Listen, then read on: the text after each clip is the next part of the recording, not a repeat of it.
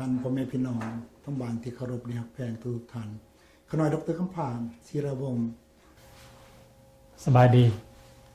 พ่อแม่พี่น้องที่รักแพงทั้งหลาย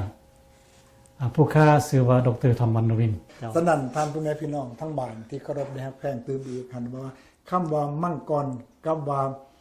มักกะลานั่นหันแม่นอันเดียวกันแม่นบ่แต่บาดเดี๋ยวนี้เนี่ยการทำตัวที่ว่าทำปริวาสกรรมนี่นั่นเพิ่นทำอยู่เวลาโดนนานปานใดบ่อันนี้ผู้ข้าจะกลับคืนไปหาเรื่องสิ้นซะก่อนเพราะว่าอย่างซ่องข้อหาบ่ได้เว้ากันโอเคพอข้อที่1ข้อหนักกันก็คล้ายๆคือลักษณะว่าจะต้องได้สิครูแล้วข้อที่2นี้อยู่ในหมวดสังฆาทิเสกโอเคสังฆาทิเสกนี้มันมีอยู่13ข้อคันถ้าว่าครูบาองค์ได้ต้องแล้วนะจะต้องได้เข้าปริวาสกรรมต้องได้เข้าปริวาสกรรมเจ้าโอเคคล้ายๆคือว่ามีการตัดสินจากคณะสงฆ์เขาบอกว่าภิกขุองค์นี้ได้ลวงสิ้นข้อสังฆาทิเสกข้อนี้เขาอยู่ปริวาสกรรมคล้ายๆคือว่าเขาอยู่ในครอบเขตวัดนี้ประมาณเดือนนึงนะบ่เขาไปใส่เอาให้อยู่กับทีเขาอยู่กับทีประมาณเดือนนึงคล้ายๆกับว่าอยู่ในที่จำกัดเวลาจำกัดคันถ้าครูบาองค์นั้นอยู่ในหันครบ3 เดือนหรือว่าเดือนนึงแล้วแต่ส่งจะลงโทษอนุมัติเจ้าครบตามนั้นแล้วก็เป็นว่าสิ้นข้อนั้นก็ดีถือว่าเป็นผู้สมบูรณ์เป็นมากคือเก่าถ้าว่าครูบาองค์นั้นอยู่มาได้8 มื้อตัวอย่างสินะแต่ว่าอย่าง2 มื้อนะเพิ่นออกจากเขตนั้นก่อนสินะก็แสดงว่าตัวได้กลับคืนมาใส่30 มื้อคือเก่าเด้แสดงถึงประมาณ28 มื้อแปลว่าบ่มีหยังต้องได้ใหม่เจ้าแล้วบาดเดี๋ยวนี้นี่โอเคคันเมื่อมาฮอดในตอนนั้นนี่นั่นน่ะโอเคบาดนี้ต้นที่ว่าลาหูตัวที่3ตัวที่3นี่หมายความว่าเป็นเพิ่นฮ้องว่าอาบัติเบาขึ้นนี่สักกี่ตีบ่จะพูดนั่นแหละเจ้าโอเคแล้วข้อนี้เบานี่หมายความว่าคล้ายๆคือว่าสารภาพผิดแล้วก็สิ้นก็ดีขึ้นคือตัวอย่างว่าครูบาองค์นึงเพิ่นสั่นเข้าหรือเบิ่งโมงซะสินะแล้วหรือกายเที่ยงอาจจะเป็น12 โมง 10 บ่ 15 บ่สิก็เลยมาสวดหูเมื่อว่าโอ้กินข้าวสั่นเข้าเกินเที่ยงสินะเพราะมันจะเป็นเวกาลโภแล้วดินะก็เลยมาบอกให้ภิกขุองค์นึงตื่มว่าไปสารภาพผิดนะก็มาคิดเขาจะว่า confession ความลาวจะว่าสารภาพผิดในสิ่งที่เฮาเฮ็ดเจ้าบอกให้ครูบาองค์นึงตื่มฮู้จักว่าโอ้เดี๋ยวนี้อาตมานี้ได้สั่นเข้ากายเที่ยงไปเด้อเมื่อวานนี้บ่เมื่อก่อนบ่จังสั่นได้บอกให้ทานฮู้จักนำต่อไปนี้ผู้ค้านี่สิสำรวมระวังบ่ให้กายตื่มเว้าแต่เท่านี้นะคล้ายๆกับสารภาพผิดครูบาองค์นั้นก็สิ้นงามเหมือนเก่าเด้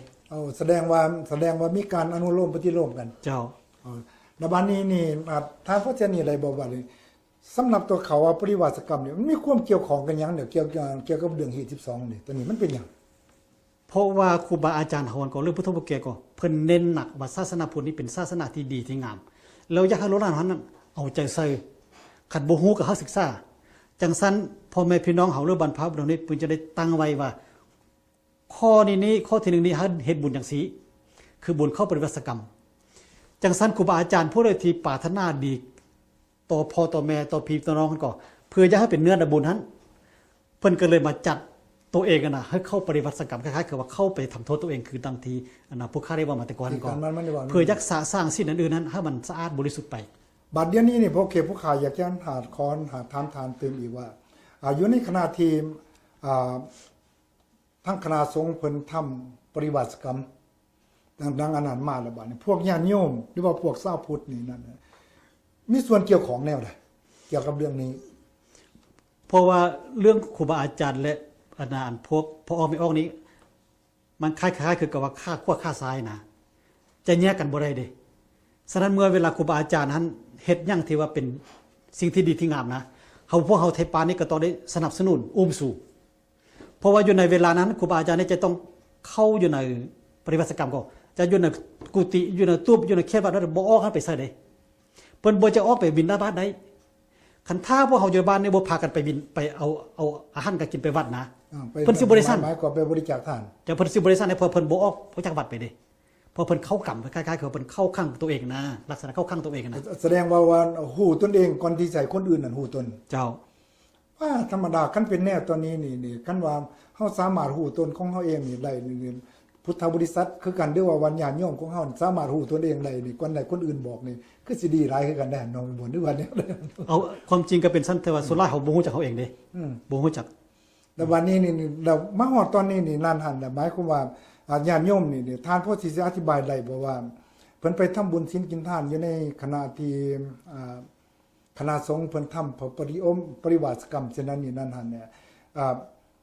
อยากจะนี่เลยว่าอยู่ในระยะนั้นอยู่ทั้งบ้านของเฮานั่นเป็นฤดูหนาว เจ้า โอเคเป็นถือว่าเป็นฤดูหนาวเนาะเป็นเดือนเจียงเนาะ แม่นเลย เป็นฤดูหนาวเพิ่นไปเฮ็ดอยู่เดือนใหม่บ่ได้บ่